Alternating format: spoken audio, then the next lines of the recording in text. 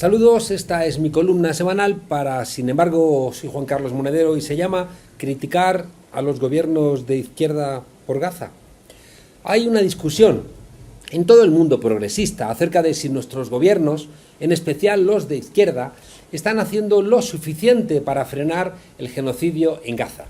Hay una tentación en la opinión crítica de salir a defender a los gobiernos de izquierda porque siempre están bajo el fuego implacable de una derecha y de una extrema derecha que son capaces de defender una cosa o la contraria con tal de golpear a los gobiernos de Sheinbaum, de Lula, de Petro e incluso los de Pedro Sánchez o de Gabriel Boric, cuando no pocas de sus políticas son muy parecidas o no idénticas a las que desplegaría en muchas ocasiones la derecha. La respuesta es evidente: no, ninguno de nuestros gobiernos, con la salvedad de Colombia, están haciendo nada que realmente impida el genocidio en Gaza. Algunos gobiernos presentan en su favor, como adalides de la oposición al genocidio palestino, declaraciones de enfado del gobierno de Netanyahu, de Donald Trump, por alguna medida que hayan tomado. De hecho, cuando algún gobierno se queja, la respuesta israelí es como si un comando hubiera extraído a Netanyahu de su escondrijo y lo hubiera llevado delante del Tribunal Penal Internacional. Son muy victimistas y son muy exagerados, pese a que nunca, hasta bien entrados los 80, les preocupó ni el Holocausto ni la suerte de los judíos exterminados por los nazis. No nos equivoquemos.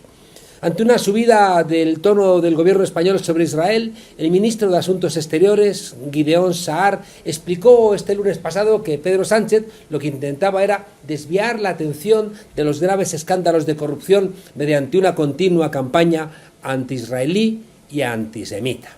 Hay que reconocer que los sionistas son buenos amenazando.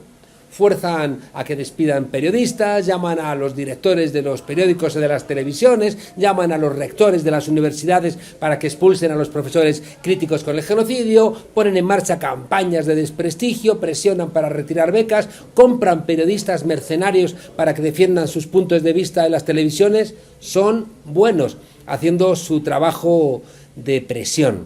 Y toda esa presión tiene también detrás pues los dólares, la dependencia militar de buena parte de los países occidentales respecto de los Estados Unidos, y seguramente también hay una presión con la información que haya brindado Pegasus. Y todo esto es lo que explica que gobiernos cuya retórica es claramente contraria al genocidio, pues luego en la realidad no van mucho más lejos de lo que permite el marco diplomático, que si no se fuerza, nunca ese marco diplomático sirve para parar las guerras y mucho menos un genocidio.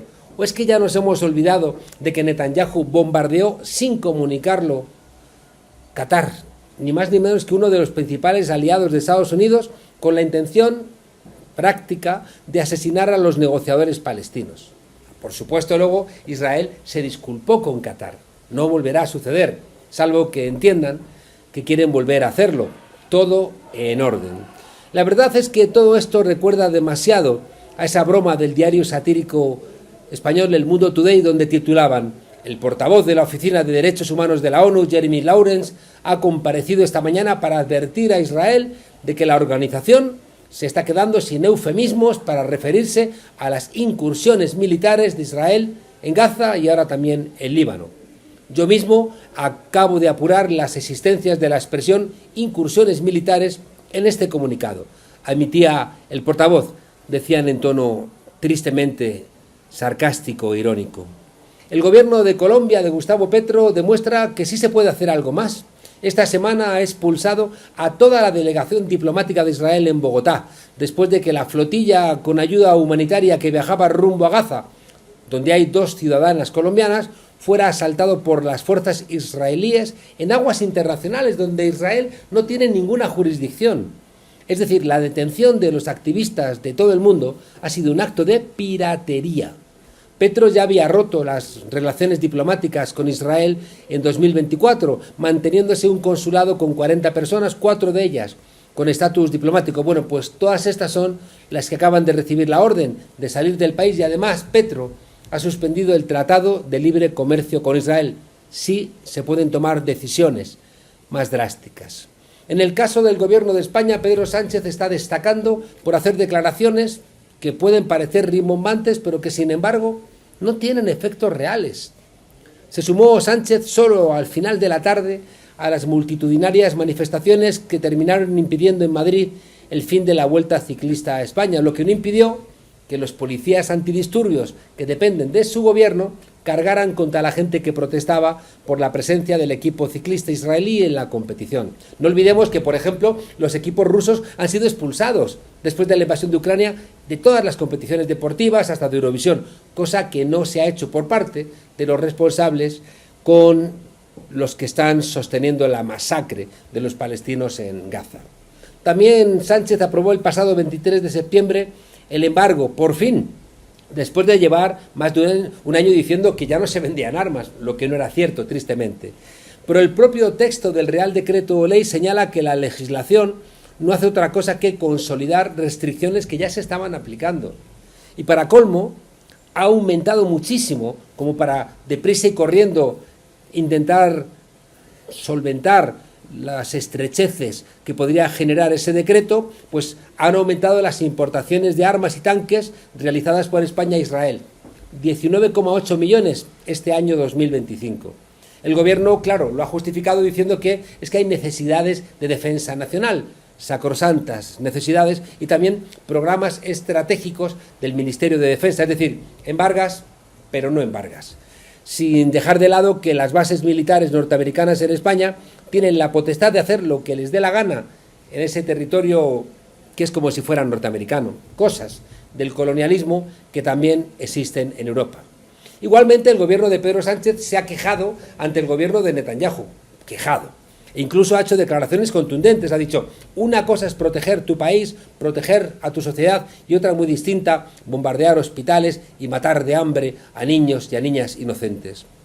Y, porque lo que es indudablemente mejor, claro, hacer estas declaraciones que no quejarse, pero ninguna queja sirve para que los sionistas israelíes dejen de tirar bombas y dejen de disparar balas que matan inocentes, muchos niños, que alguien nos tendrá que explicar cómo entran en la categoría de terroristas y son, en virtud de tales, asesinados por el gobierno sionista, no judío, sionista de Israel. Tampoco el resto de las 9 medidas que ha tomado España, que son fácilmente sorteables, sirven realmente de gran cosa, como no importar bienes que vengan de las zonas ocupadas por los colonos o no brindar servicios diplomáticos plenos a los colonos españoles e invasores. En el caso de México está la dependencia de la diplomacia mexicana de sus usos y costumbres tradicionales. ¿No está haciendo nada el gobierno de Claudia Sheinbaum? No es cierto. Claro que está haciendo. Lo contaba en esta página de, sin embargo, Fabricio Mejía, ya al final del gobierno de López Obrador, el 24 de mayo de 2024, México se sumó a la denuncia impulsada por Sudáfrica en la Corte Internacional de Justicia por el genocidio, colaborando a que Naciones Unidas defina lo que pasa en Gaza y Cisjordania como genocidio. Por cierto, Sudáfrica es un país que ha elaborado de manera virtuosa el dolor del apartheid, a diferencia del dolor del holocausto judío, que no impide a los sionistas hacer su propio holocausto contra los palestinos. Sheinbaum otorgó credenciales al embajador palestino, cosa importante.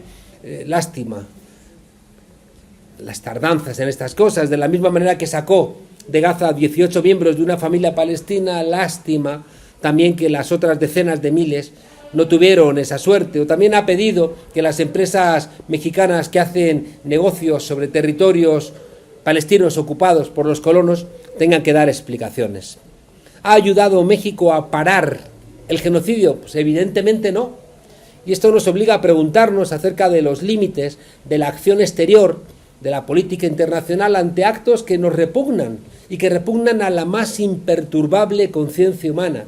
Porque la verdad es que ningún país, ninguno, ha sido capaz de evitar, frenar o terminar esta masacre. Y esto nos tiene que abochornar a todas y a todos. El mundo de la diplomacia, es verdad, es un mundo complicado, donde funciona lo que Hobbes llamaba el estado de naturaleza, es decir, es un mundo que en realidad es una jungla donde las reglas se escriben para incumplirlas y donde el depredador, si tiene hambre, si cree que tiene hambre o si quiere decir que tiene hambre, va a devorar a la gacela, más allá de lo que digan los papeles que regulan el apetito de los poderosos. Las reglas internacionales han sido un entramado escrito después de la Segunda Guerra Mundial para sostener la hegemonía norteamericana y europea del planeta. Por eso, hasta hace 3 años, todos los documentos de defensa norteamericanos en guerra contra China hablaban de un mundo basado en reglas, es decir, un mundo que funciona como un mercado mundial asentado sobre el dólar como moneda de intercambio internacional, donde las reglas globales están dictadas por la Organización Mundial del Comercio, por el Fondo Monetario Internacional, el Banco Mundial, las agencias de rating, el sistema SWIFT, las bases, por supuesto, norteamericanas desplegadas por el planeta, que es la última ratio, la última instancia de hacer valer este sistema, y como última instancia legitimadora, Naciones Unidas, aunque también fue, recordemos, en Naciones Unidas donde Colin Powell, el entonces vicepresidente norteamericano de George Bush, mintió al mundo, sabiendo que mentía, afirmando que había armas de destrucción masiva en Irak, cientos de miles de muertos por esa mentira. México tiene una tradición histórica de no intervención, y es buena esa tradición para ayudar a que el nuevo mundo termine de nacer, por ejemplo, no siguiendo a Estados Unidos en su estigmatización de los países que no le siguen su cuerda.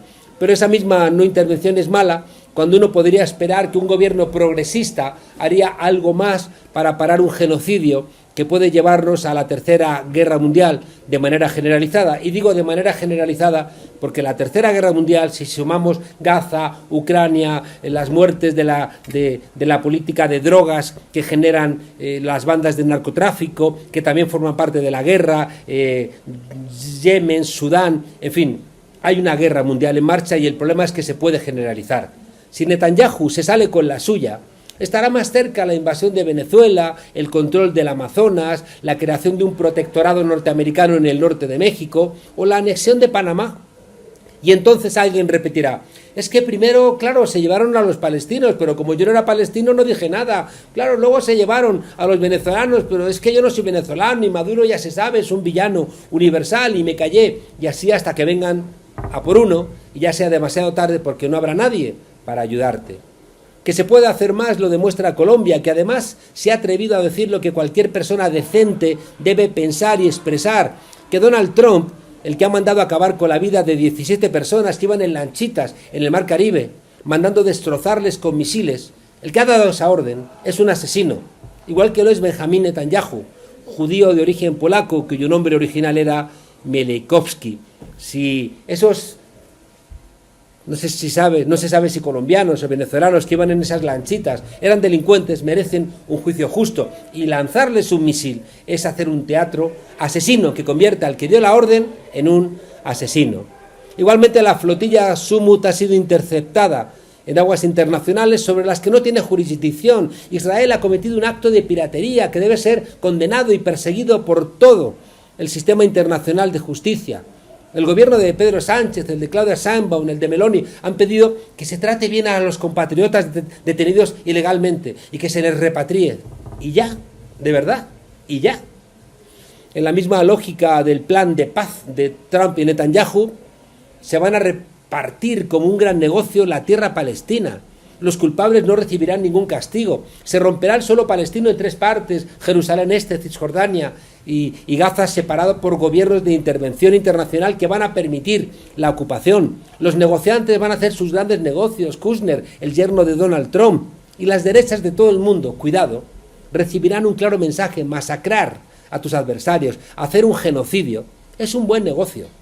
Donald Trump indultó a los golpistas que asaltaron el Capitolio, de manera que el mensaje, de manera similar, era, pues dar un golpe de Estado merece la pena, porque la recompensa es infinitamente más alta que el probable castigo, y si sois castigados, luego cuando nosotros ganemos, os vamos a soltar.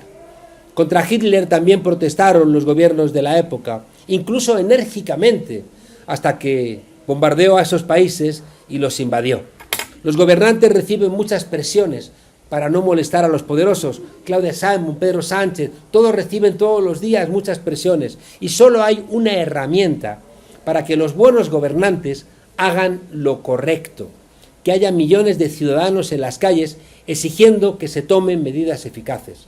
Y ahí es donde se marca la diferencia entre gobernantes que con el pueblo en la calle por millones tomarán la medida correcta, que es entender que hay que cortar radicalmente las relaciones con Israel, o los gobernantes que quieran seguir sembrando de mentiras y confundiendo a su pueblo, que entenderá que quizá no tiene que salir de las calles hasta que logre que haya gobiernos que nos representen y que por tanto hagan valer nuestra voluntad de paz y de justicia.